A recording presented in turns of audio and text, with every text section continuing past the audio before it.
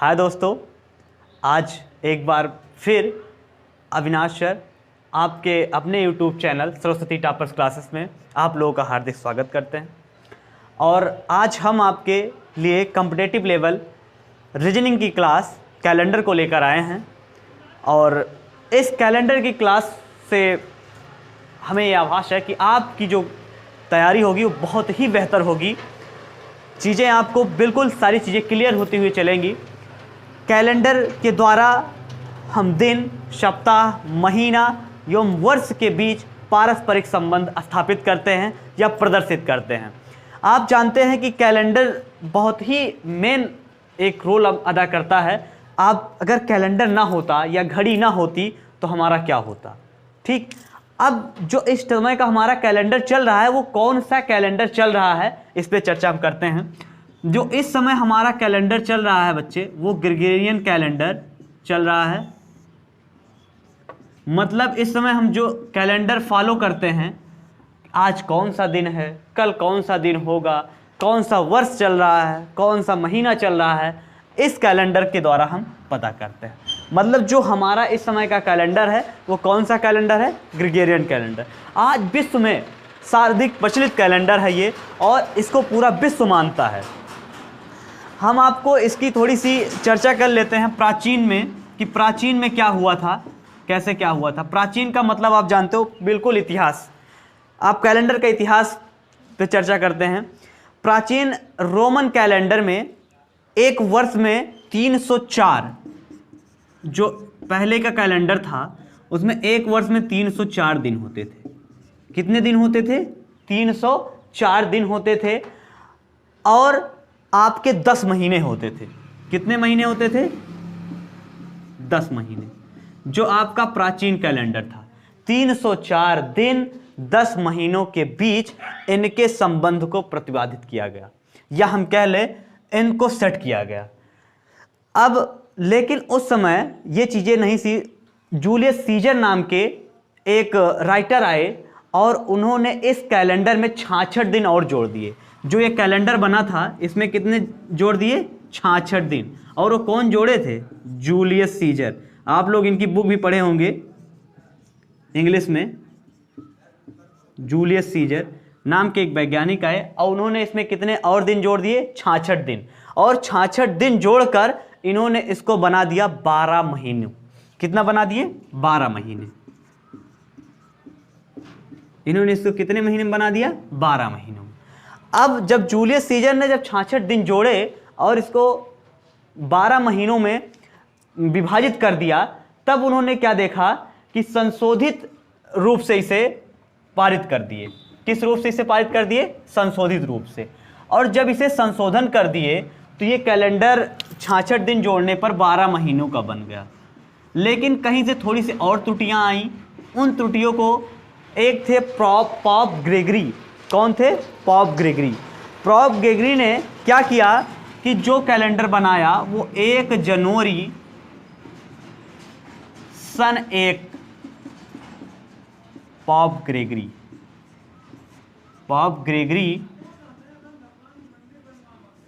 ने इस कैलेंडर को 1 जनवरी सन 1 से बनाया। उन्होंने ऐसा क्यों किया? क्योंकि उस दिन जीसस क्राइस्ट का जन्म हुआ था। जीसस क्राइस्ट का जन्म कब हुआ था? 1 जनवरी सन 1 को। और इसे बनाया कौन? पॉप ग्रेगरी ने। किसे इसे बनाया? पॉप ग्रेगरी ने। उन्होंने ही हमारा जो है 12 महीनों में इसे परिवर्तित किया और इसे 1 जनवरी सन 1 से लागू किया। अच्छा, अगर कोई पूछ लेता है कि 1 जनवरी सन 1 को कौन सा दिन था, तो वो दिन था हमारा सोमवार। कौन सा दिन था? सोमवार। सोमवार के दिन ही हमारा कैलेंडर लागू हुआ, जिस कैलेंडर को हम ग्रेगोरियन कैलेंडर कहते हैं। और यह कैलेंडर कह सकते हैं कि पूरे विश्व में 1752 ईस्वी में लागू हुआ। कब लागू हुआ ये? 1752 ईस्वी में। सन 1752 में पूरा ब्रिटिश साम्राज्य इस कैलेंडर को फॉलो किया और इस कैलेंडर को लागू कर दिया। लेकिन हमारे यहाँ जब देश आज़ाद होने के बाद नवंबर, हमारे यहाँ भारत में नवंबर 1952 में वैज्ञानिक एवं औद्योगिक परिषद के द्वारा पंचांग सुधार समिति की स्थापना की गई। कौन सी समिति की? पंचांग सुधार समिति की स्थापना की गई। और उसी दिन, लेकिन पंचांग सुधार समिति ने 1955 को, कब? 1955 को अपनी एक रिपोर्ट सौंपी और जिसे सबने इसे स्वीकार करने की सिफारिश की थी। मतलब पंचांग सुधार समिति ने 1955 में अपनी एक रिपोर्ट सौंपी जिसे को, या कह लें हमारे भारत को, स्वीकार करने की सिफारिश की। और उस समय हमारे यहाँ प्रधानमंत्री पंडित जवाहरलाल नेहरू के आग्रह पर ग्रेगोरियन कैलेंडर को ही सरकारी कामकाज के लिए प्रयोग किया जाने लगा। उस समय हमारे यहाँ के जो प्रधानमंत्री थे वो कौन थे? पंडित जवाहरलाल नेहरू। और इन्हीं के निर्देशानुसार हमारे यहाँ सरकारी कामकाज के लिए क्या कहा गया? ग्रेगोरियन कैलेंडर कब लागू हुआ? तो वो लागू हुआ 22 मार्च 1957 को लागू हुआ सरकारी कामकाज के लिए। सरकारी कामकाज के लिए लागू हुआ। और पंडित जवाहरलाल नेहरू ने इस कैलेंडर को पूरे देश में एक राष्ट्रीय कैलेंडर घोषित कर दिया, राष्ट्रीय कैलेंडर के रूप में इसे स्वीकार किया। ये सारी चीजें तो थी कैलेंडर के बारे में, इतिहास की चीजें। अब आपको कुछ कैलेंडर पे हम महत्वपूर्ण तथ्य दिखाते हैं कि क्या क्या तथ्य हो सकते हैं इसके, जो हमें याद करने हैं, जो इस समय चल रहे हैं। कैलेंडर के महत्वपूर्ण तथ्य।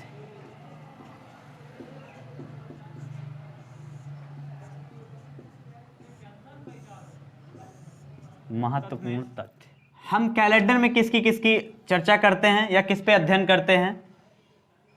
दिन, महीना, वर्ष,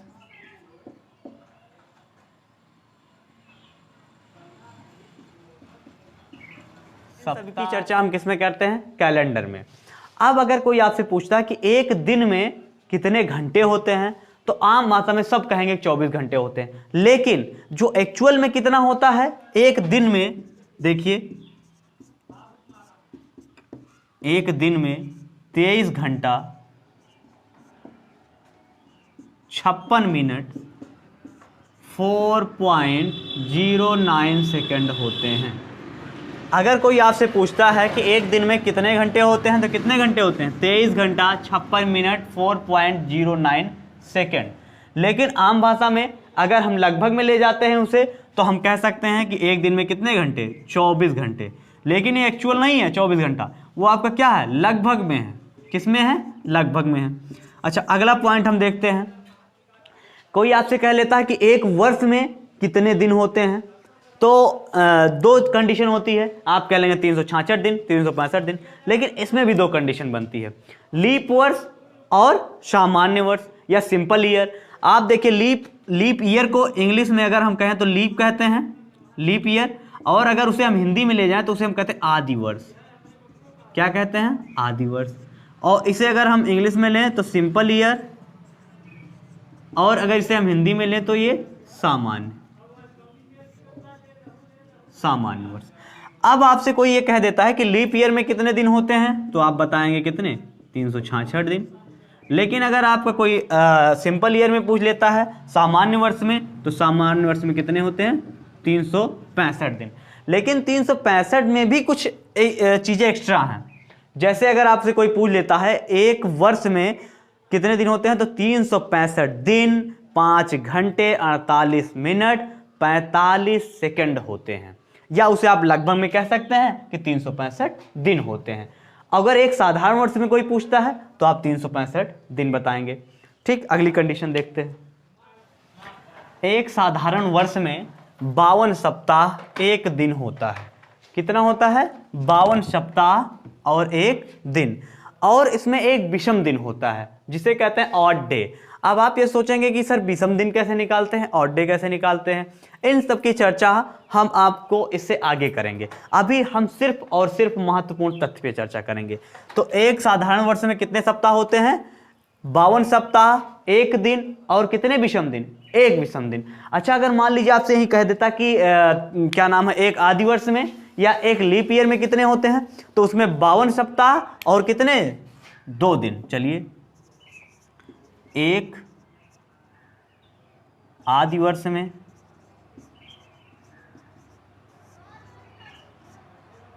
52 सप्ताह, 52 सप्ताह 2 दिन, 2 दिन होता है। और कितने विषम दिन होते हैं इसमें भैया? इसमें 2 विषम दिन होते हैं। इसमें कितने विषम दिन होते हैं? 2 विषम दिन होते हैं। तो एक आदि वर्ष में 52 सप्ताह 2 दिन, 2 विषम दिन। एक साधारण वर्ष में 52 सप्ताह 1 दिन और 1 विषम दिन होते हैं। 100 वर्षों में 76 साधारण वर्ष होते हैं, 24 आदि वर्ष होते हैं और 5 विषम दिन होते हैं। 100 वर्षों का मतलब हो गया शताब्दी। अगर पूछ लेता है आपसे, कह लेता कि एक शताब्दी में कितने साधारण वर्ष होते हैं, कितने आदि वर्ष होते हैं, या कह ले एक शताब्दी में कितने सिंपल ईयर होते हैं या कितने लीप ईयर होते हैं। तो एक शताब्दी में या 100 वर्षों में कितने होते हैं भैया? 76 साधारण वर्ष होते हैं और कितने आदि वर्ष होते हैं? देखिए 24 आदि वर्ष होते हैं। 76 साधारण वर्ष होते हैं और 24 आदि वर्ष होते हैं। और इसमें विषम दिनों की संख्या कितनी होती है? 5। इसमें विषम दिनों की संख्या कितनी होती है? 5 होती है। अच्छा, अगर इसी में कह देता कि 200 वर्षों में, मान लीजिए अगला पॉइंट ऐसे कह देता कि 200 वर्षों में, 200 वर्षों में कितने विषम दिन होते हैं और कितने साधारण वर्ष होते हैं, तो 200 वर्षों में आपके होते हैं 3 विषम दिन। कितने होते हैं भैया?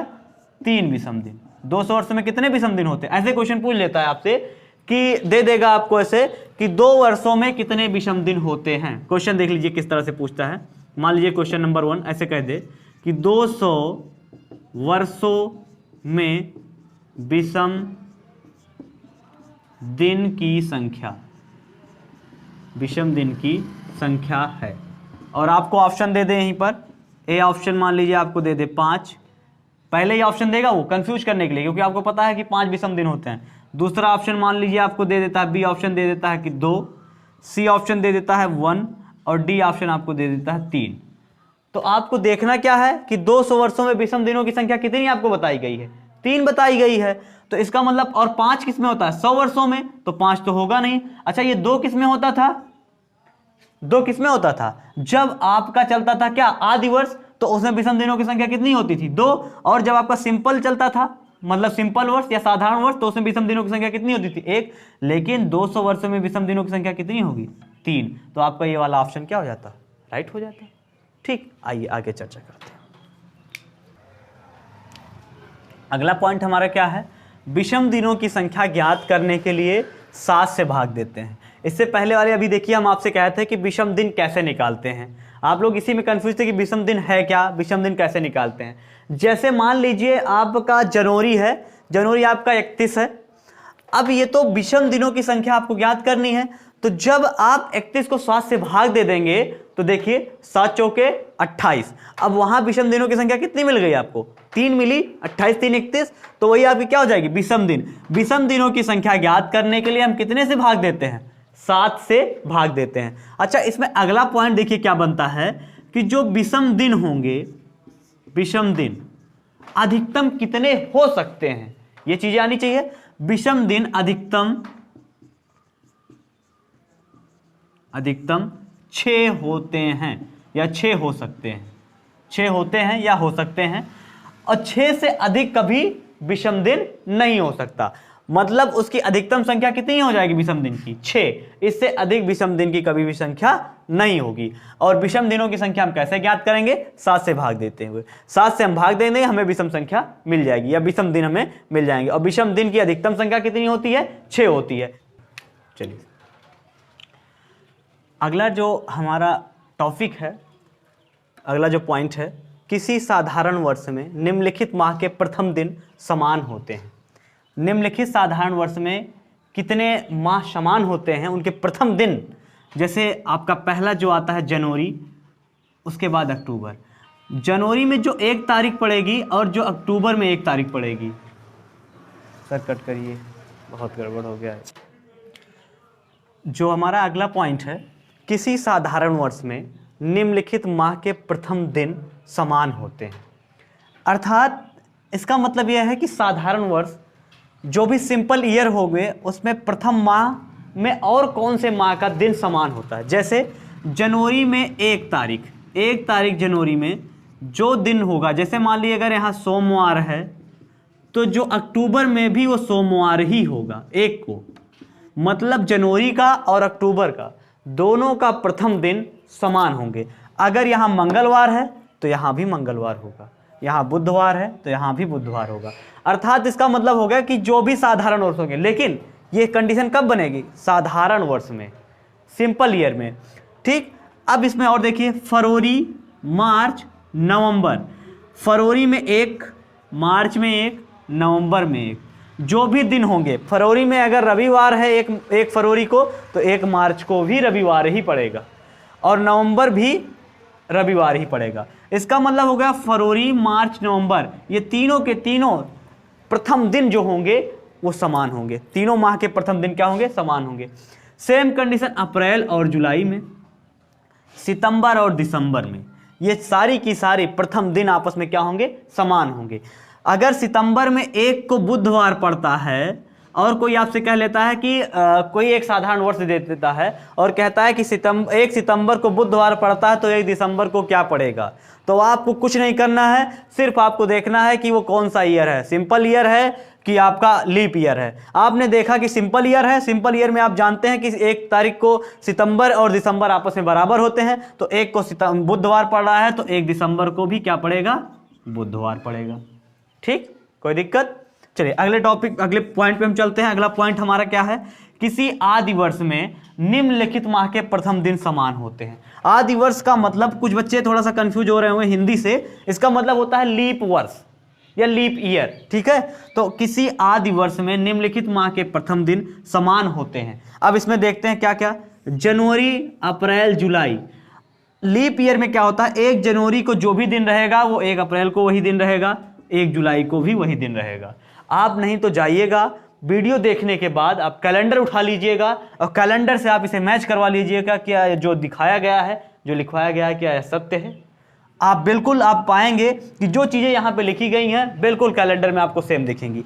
1 जनवरी, 1 अप्रैल और 1 जुलाई में आपको तीनों में एक ही आपको दिन दिखेगा। अगर यहाँ सोमवार है तो यहाँ सोमवार दिखेगा, यहाँ भी सोमवार दिखेगा। लेकिन आपको सिर्फ कंडीशन क्या देखनी है? आदि वर्ष, मतलब लीप ईयर है या साधारण वर्ष में है। जो कंडीशन आपको साधारण वर्ष में दिखाया जा रहा है वो साधारण वर्ष में रहेगा, जो कंडीशन आपको आदि वर्ष में दिखाया जा रहा है वो आदि वर्ष में रहेगा। फिर इसमें देखते हैं कि फरवरी और अगस्त। 1 फरवरी को जो दिन रहेगा वो 1 अगस्त को भी वही दिन रहेगा। 1 मार्च को जो दिन होगा वो 1 नवंबर को वही दिन होगा। 1 सितंबर को जो दिन होगा वो 1 दिसंबर को होगा। ठीक, चीजें बिल्कुल क्लियर है।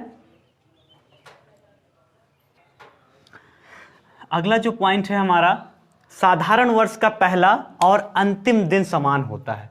कोई सिंपल ईयर है उसका पहला और अंतिम दिन समान होता है। जैसे वर्ष का मान लीजिए पहला दिन अगर 1 को सोमवार है तो आपका जो अंतिम दिन 31 दिसंबर आएगा, 31 दिसंबर, ठीक, वहां भी वो सोमवार ही होगा। उस दिन कौन सा दिन रहेगा? सोमवार। मतलब किसी भी साधारण वर्ष का पहला और अंतिम दिन दोनों समान होता है। कोई भी अगर मान लीजिए आपसे कह लेता है कि 1 जनवरी 2015 को सोमवार था तो 31 दिसंबर 2015 को कौन सा दिन होगा, तो आपको बिना किसी हिचकिचाहट के साथ यह कह देना है कि सोमवार होगा, क्योंकि आप जानते हो कि साधारण वर्ष में पहला और अंतिम दिन क्या होगा? समान होगा। और 2015 क्या है? आपका साधारण वर्ष है, वो लीप ईयर नहीं है।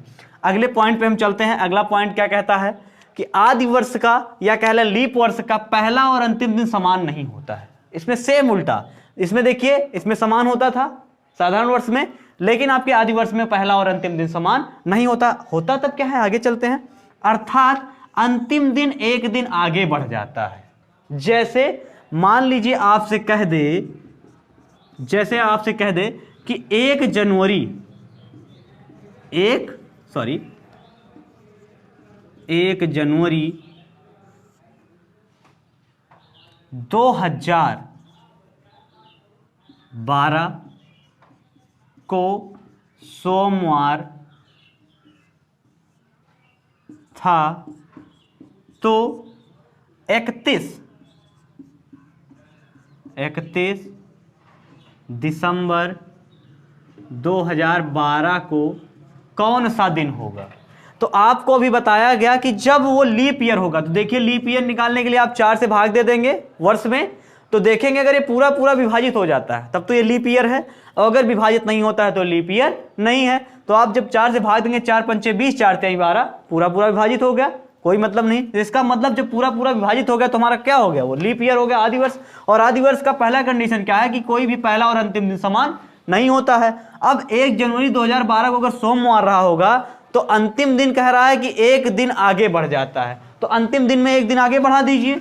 तो चलिए अंतिम दिन में जो भी होगा, मान लीजिए सोमवार है तो सोमवार में +1 कर दिए, तो सोमवार में 1 प्लस करेंगे तो कितना हो जाएगा, मंगलवार। क्या हो जाएगा, मंगलवार। मतलब 1 दिसंबर 2012 को कौन सा दिन होगा, मंगलवार होगा। तो इसके बाद अगले स्लाइड में हम लोग इस पे बनने वाले क्वेश्चन पे चर्चा करेंगे, इस पे ट्रिक्स पे चर्चा करेंगे, कैलेंडर को कैसे पढ़ना है, कैसे मेंटेन करना है, कैसे महीने साल वर्ष कैसे आपस में रिलेट करने हैं, हम आपको दिखाएंगे। और वीडियो अच्छा लगा हो तो लाइक करिए, सब्सक्राइब करिए और फॉरवर्ड करिए। Thanks for watching.